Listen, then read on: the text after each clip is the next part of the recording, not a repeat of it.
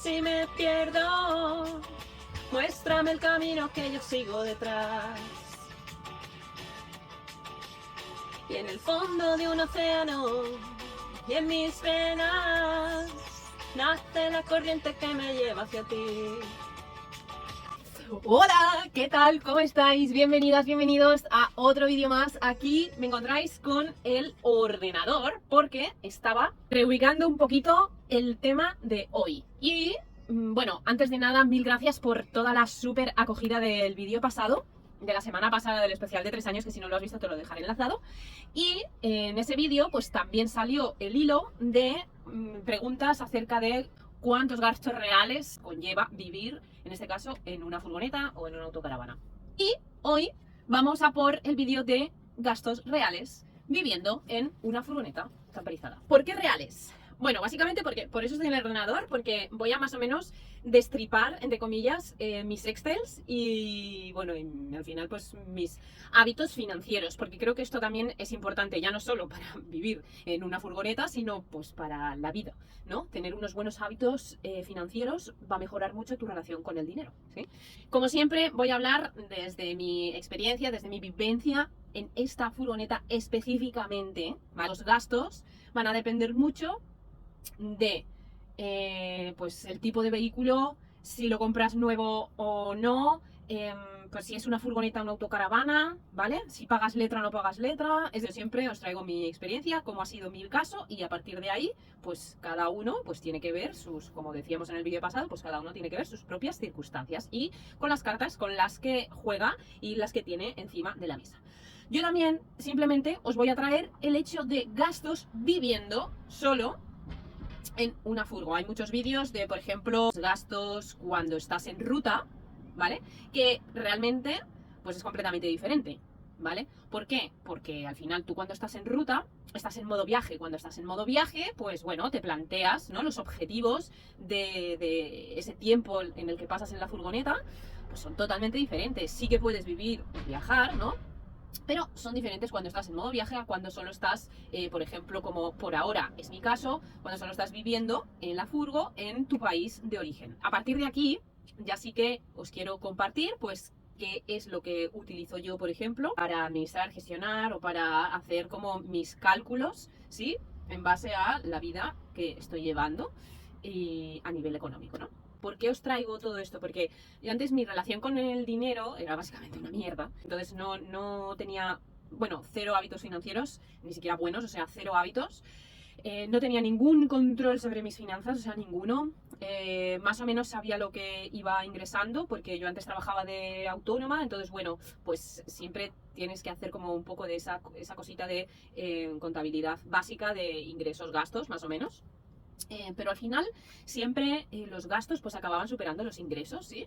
Y eso también en su día pues fue un punto clave para ponerme un poco más con la temática finanzas, ¿no? Para ver qué podía hacer para que mis finanzas mejoraran, pero también un poco pues fue uno de los puntos que me hizo como romper un poco con esa vida que yo llevaba, porque es como, esto no me está saliendo rentable.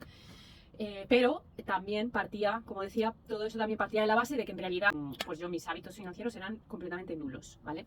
No tenía ningún control sobre lo que gastaba y al final yo veía que pues no llegaba a final de mes, que todo lo que llegaba se iba, ¿no? Y es como la típica pregunta de, pero ¿en qué se ha ido esto ahora mismo, ¿no? O sea, no era capaz de ahorrar nada, porque pues eso, en cuanto llegaba algo, ¡fiu! ¡Hasta luego! Y bueno, pues al final eso también es muy frustrante porque bueno, pues lógicamente no te permite hacer luego muchas otras cosas, ¿no? Entonces, por no tener quizás como esa almohada financiera o ese colchón financiero, ¿vale? Esto ya cambia o empieza a cambiar cuando decido que acabo con esa vida y decido que empiezo, bueno, vuelvo de viaje y empiezo a emprender. Mi situación financiera no mejoró, sino que fue todo lo contrario, pero eso también me dio la oportunidad, pues la mejor oportunidad de mi vida para justamente ponerme súper en serio y aprender muchísimo más acerca de dinero, acerca de pues, la economía básica, acerca de finanzas, acerca de diferentes herramientas para poder mejorar, como decía antes, esa relación que tenía con el dinero y que, oye, pues que pudiera vivir a gusto, ¿no? No sobrevivir, porque yo antes estaba en modo supervivencia. Y eso la verdad es que no mola nada. Yo, es verdad que estos años atrás de cuando empecé a emprender estaba en ese modo supervivencia. Y eso me generó también muchísimo estrés, muchísima ansiedad y al final es un pez que se muerde la cola.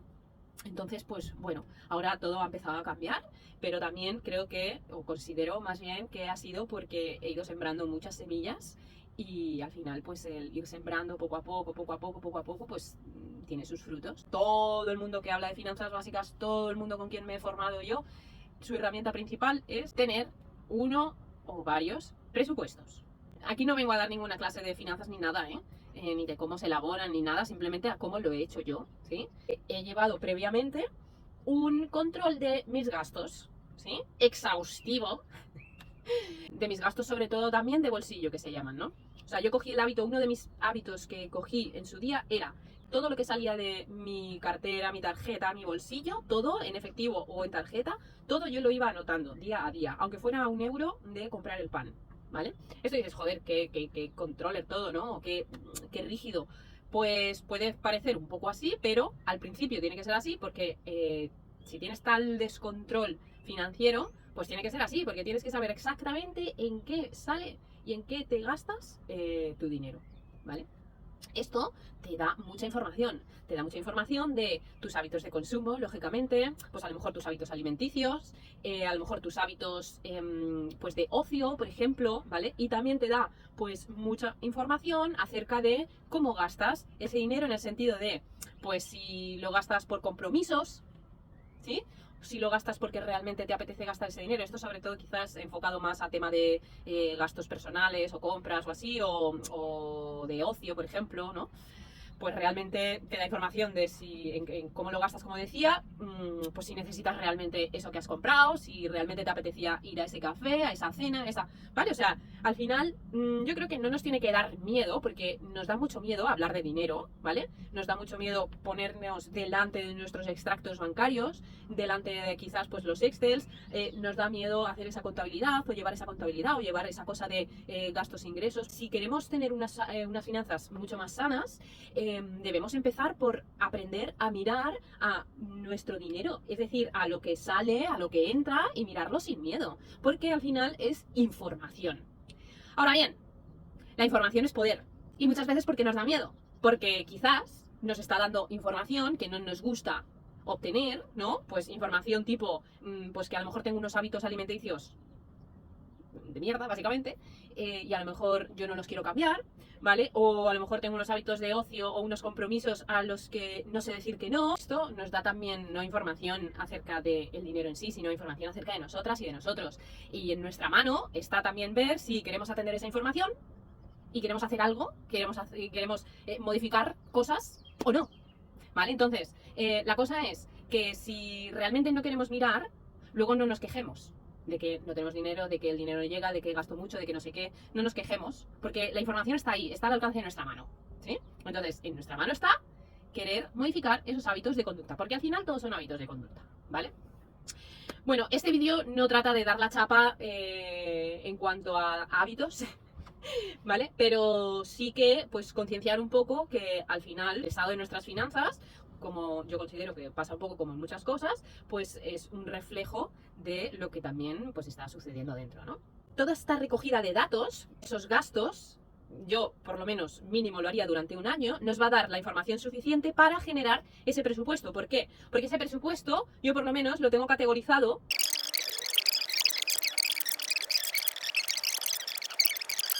¿Qué quiero decir con esto? Que yo no tengo ningún espacio que sea varios o que sea otros, ¿vale? Que esto, por ejemplo, antes sí que lo tenía, ¿sí? Y entonces, en esa cosa de varios u otros, yo realmente no sabía en qué me estaba gastando el dinero, porque varios pueden ser muchas cosas, u otros, ¿qué diferencia hay entre otros o varios? O sea, ninguna. ¿Y qué metes ahí? Ahora ya no me vale eso, prefiero pues ver bien en qué gasto realmente, ¿sí? Y tomarme un poco de tiempo en organizarlo correctamente, ¿vale? Para crear esto, pues inviertes un poco de tiempo, pero es que luego te da a mí por lo menos, como que me da mucha más tranquilidad, ¿vale? Sé lo que gasto en cada parte o en cada categoría, ¿no? De mi vida y de mi empresa. Y eso al final, pues volvemos a lo mismo, te hace mantener una mejor relación con tus finanzas y con tu dinero, ¿vale? Bien, tú claro, en base a esos gastos que has contabilizado previamente, pues generas este presupuesto, ¿sí? El presupuesto es algo que presupones que vas a gastar. Yo además soy un poco friki, como os decía, y tengo un presupuesto actual y uno ideal. ¿Por qué tengo uno ideal? Porque lógicamente el actual es un poco en base a los recursos que tengo, ¿no? Y a los que me tengo que también ajustar. Y el ideal es un poco hacia donde quiero dirigir, pues, mi vida personal y mi vida profesional. Entonces eso para mí también es como enfocar la mente a dirigirme hacia ahí, ¿vale? Y luego, esto, ¿vale? De los presupuestos, pues yo lo comparo con otro Excel que tengo de contabilidad, ¿vale? O sea, el presupuesto sería como la estimación y la contabilidad es la realidad, ¿vale? Claro, la contabilidad llega gracias a ese previo también trabajo, ¿no? De lo que os iba diciendo, de ir apuntando cada gasto, cada ingreso, o sea, todo, ¿vale? Porque gracias a esa recogida de información podemos generar, pues, ese Excel o esa parte de contabilidad, ¿sí? Y entonces ahí ver si realmente la realidad se está ajustando o está yendo por arriba o está yendo por abajo de lo estimado, del presupuesto, ¿vale? Y entonces, pues ahí, claro, pues si está yendo por abajo, vale, genial, te estás ajustando al presupuesto. Si está yendo por encima, es decir, si gastas más de lo que tienes estimado, pues ahí es cuando hay que revisar. Y hasta aquí, pues, como esta primera parte más de chapa, y a partir de aquí, los numeritos. ¿Qué quiero contar ahora? El otro día, para prepararme este vídeo y ya también para ir un poco encontrando un final del mismo, estuve haciendo una comparativa entre los gastos fijos, por así decirlo, de la furgo y los gastos fijos de cuando yo vivía en una casa de alquiler. Gastos fijos de furgo, ¿vale? Han salido a vistas de este año, a estas fechas, como unos 4.300 euros, ¿sí?